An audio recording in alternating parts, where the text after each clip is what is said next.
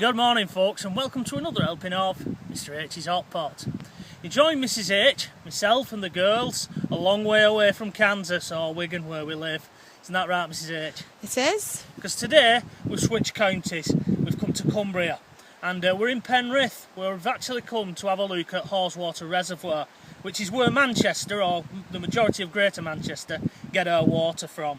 Now this reservoir has been running low over the past couple of months with all that hot weather, and although here now where we are it's all that fine mist, isn't it, what we call billings rain back in Wigan, that fine stuff that wets you, as Peter Kay says, but the level is still dropping.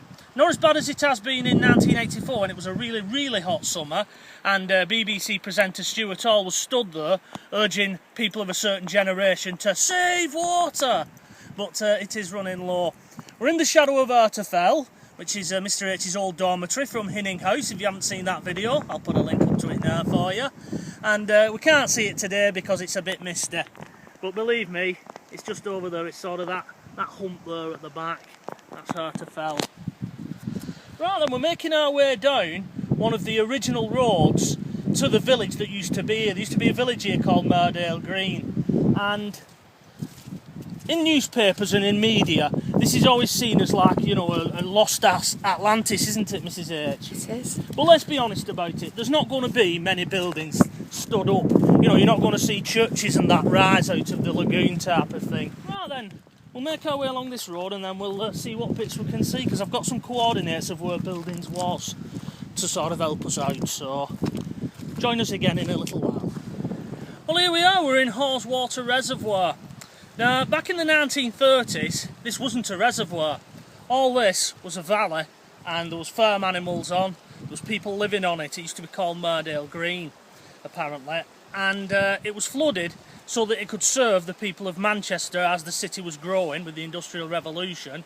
The idea was to create a reservoir here to serve Manchester. Seems a bit unfair, that, doesn't it, really, Mrs H? It does, just a bit. People being told, you know, you're evicted, and we're creating a reservoir here for the people of Manchester, which is miles away. Many of them would never have visited Manchester, so I should imagine they would have thought it was unfair. But that's what happened. So Manchester Corporation took this area over and they flooded the valley. Now, obviously, the buildings and that was there needed to be shifted. So they brought in the Royal Engineers, as you did back then, and they used them as target practice. They flattened every building except the church. The church was dismantled in 1937, and some of the stones and that was used for the water inlet tower, which is just around this area here as we're walking. Now, I think it's a shame really as they lost this area, because it looks quite beautiful from some of the photographs, which I'll show you. I'll put some in for you.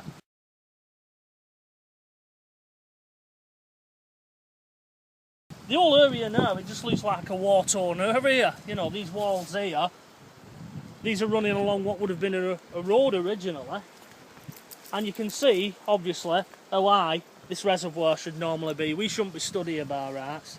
Obviously the water level will be just up there where that greenery is. So it is a bit of a rare sight. Now just round here is where everybody makes to when there's a drought, because there was an area called Chapel Hill and there's a little bridge there, but I don't think we'll get to see it today. We might be lucky as the level drops. Now, it makes you wonder what happened to all them people. You know, where did they go? They obviously got spread about as they got evicted. How many houses were in here, though, do you know? They was dotted about all over, so it doesn't tell you actually how many families. There was a few farms dotted about. I should imagine that all this here would have been, you know, it would have been like farmers' fields and that. As I said, there's cattle grazing on it and that. It's hard to imagine really as this is dropping water level. I mean, how much must Manchester consume, Greater Manchester? Because this isn't the only reservoir that serves it. There's another one up here. Well, we've made our way along the bank. We've come back. That back there is the way that we've come, along that original road. And we've got to this area here where you can see what looks like a wall running straight across to the other side. Obviously Lucy's swimming in there. That shows you that it's pretty deep. Now, whether or not that was a bridge at one time or not, you know, it's very difficult to say, even looking at old maps, because it doesn't show you every bridge. I definitely know the Chapel Hill Bridge is further round there, because this bit across here, with all these like pine trees, just show them there, Mrs H. that sort of juts out a bit like an island. People call it an island, but obviously it's not. You can get to it from the other side.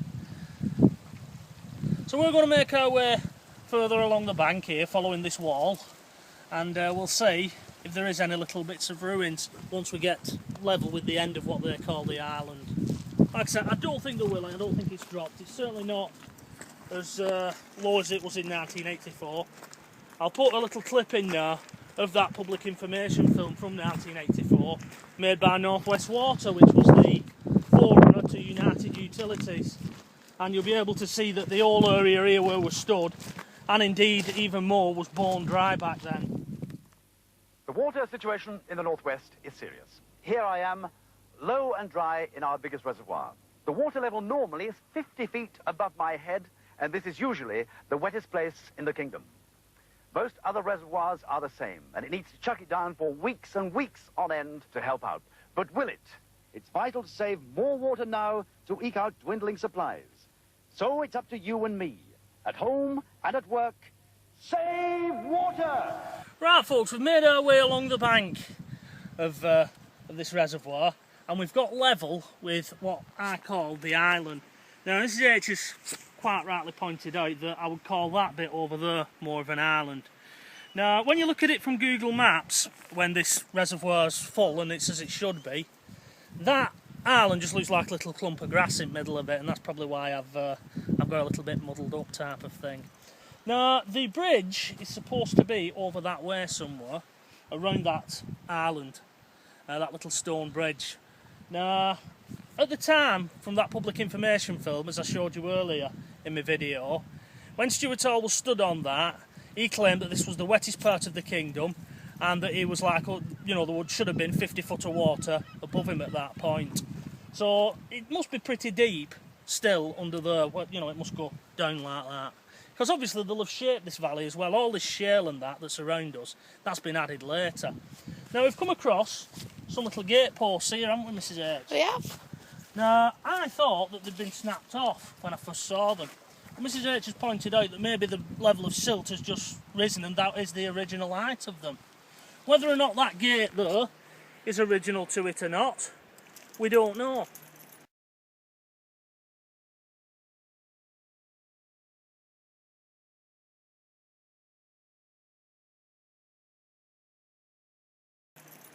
Now what we are going to do, I'm going to do a little bit of an experiment, because before I came here I decided I'd do a bit of research. I won't just come wandering around here and just say there's water, there's rocks type of thing. There's no point in that. So I took some of the GPS coordinates of where some of the buildings originally was.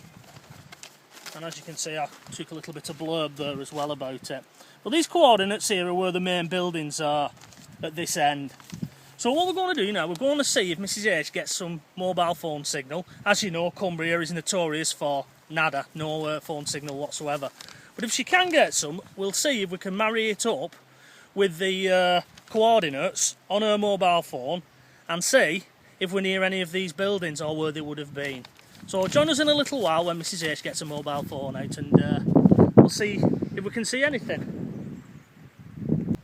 Well, Mrs H, we're actually stood in the middle of one of the buildings. Can you guess which building it is? If it's you finding a building first, probably the pub. You are correct indeed. We are now stood in what was the Dunbull Inn, which according to this is 54.4965 minus 2.8084. That's on my coordinates there. On your phone, because she did manage to get some signal, bless her, 54.4963 and minus 2.8084, so that's close enough to me, I think. So we're definitely in the area where the pub was. I'll stick a photo in there so you can see what it did used to look like.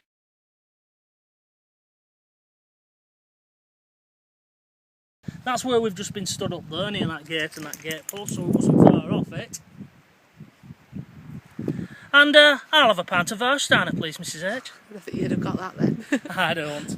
Right, then we'll carry on a little bit further round, but it looks like we might not be able to get much further there. We'll see what's over that ridge and those tree stumps. We're coming to where all the tree stumps was now, aren't we? Yeah.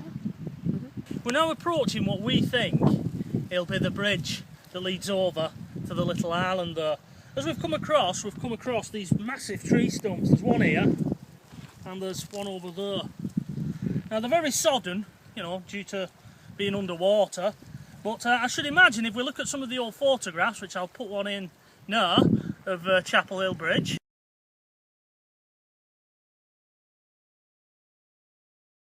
I should imagine these will actually be on it.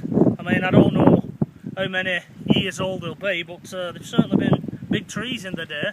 Again, I don't know what type of trees they are. But yeah, we think that bridge would have gone across from here. So we're going to take a little look at that area now. It's a massive tree now. It was. I mean, you can see the root system on this one. You know, now how far them roots go down and how much of this shale's been added afterwards, I don't know. This is that little path that leads up to the bridge. You see lots of rubble. Now, just looking at it, you just think it's just random stone that's been dumped. When you look closely on this, that hole there, anybody who's watched my previous videos from where I've been looking around reservoirs, I'll put a link up to one now for you. You'll see that there's an hole in that, and that's where they used to put the big bradish nails through. You know, obviously they used to put these big heavy stones up on the roof at one time. You see many other little flat stones amongst that. So as you start looking at it closer, you can actually see where it's been. I mean, just behind you there, that looks like a little outbuilding of some description.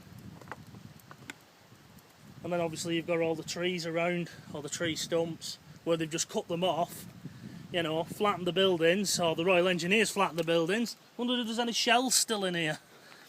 You know, and then they just flooded the area, you know. Right then, we'll go and make our way and we'll look at the bridge. Well, we've made it to Chapel Bridge. Here it is, or the beginning of Chapel Bridge. As you can see, the walls there, those continue underneath the water there. Obviously, this dips down and then rises back up. If you just pan round there, Mrs H, you should be able to see the entrance where clearly. That's how you would have got onto this bridge. Now, whether or not, you know, horse and cart would have used this, I shouldn't imagine any motor vehicles would have gone over it. And due to the passage of time, it's been battered. These walls were a lot higher. All that's left now is just the archway, which is testament to the men who built that arch.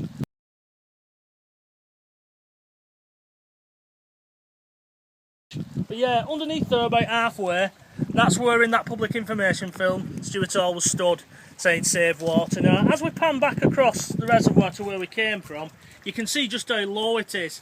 I mean, on the banks there, you can see where it's been going down in stages. I believe at the height of the hot weather that we've been having, United Utilities claimed that it was dropping by 7 inches a day.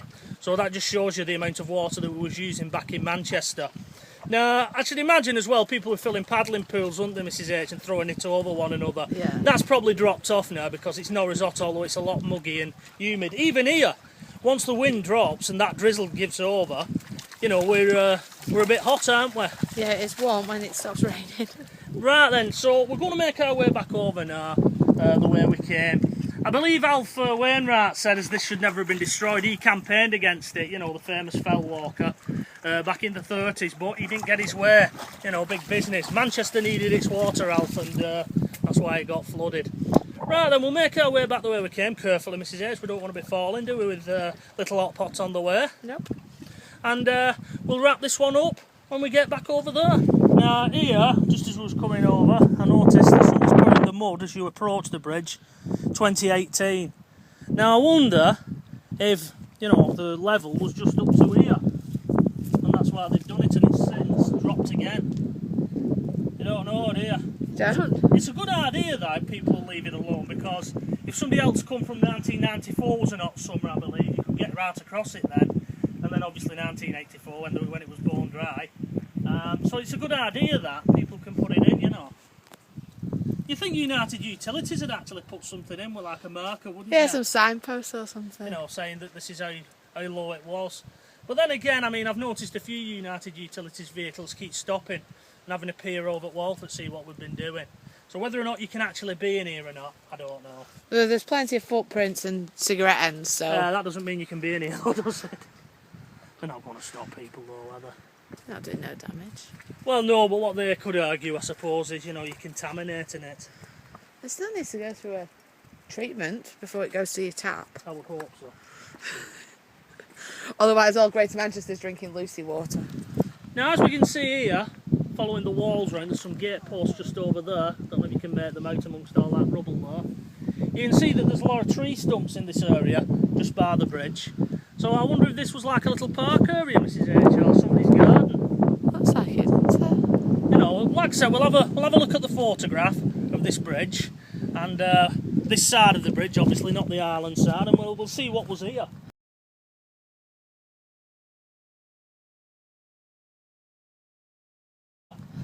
Again, there's gate posts stuck up, so it's hard to imagine what things have been just looking at them, you know. But once you start looking at it and take it in, you can start seeing, like, yeah, there has been a little park or wooded area. Now, just what I was saying earlier on in video about it must be impossible for man to remove everything that man's put in this area. Just found a little piece of lead here. Now, whether or not that's come off a roof, you know, to patch something. You can see the holes where the radish nails would have gone through. Lead and water, not a good mix, is it really, Mrs H? Not really. Also part of an old ceramic waste pipe of some description, you know, soil pipe type of thing, and some other little bits. And part of somebody's walking stick. That's modern day, that. If that's your walking stick, you should have took it away with you. But yeah, it just shows you that you can't get everything out. Now, just on our way back here, not far from where that bridge was, we've noticed somebody's put their name here, Lee. Now, this is a 1,000,000 to 1 chance, but Lee, if you watch this video, say hi to us. Just to show you how quickly the weather can change up in this area. It was rolling down off the hills there, Mrs H. We've got a long way to get back to the car as Yeah, well. our car's just over there, probably those little dots in distance on camera. We'll get there. I mean, we've been walking about an hour now, haven't we? Yeah. But it just shows you how people, luckily we're near road and that, but people who are up on, say, Fell, they can easily get caught out. Right then, folks, that brings us to the end of our little visit here to Haweswater Reservoir here in Penrith, in Cumbria. Hope you've enjoyed it. We've not had a bad day, have we, Mrs H? No, a bit wet.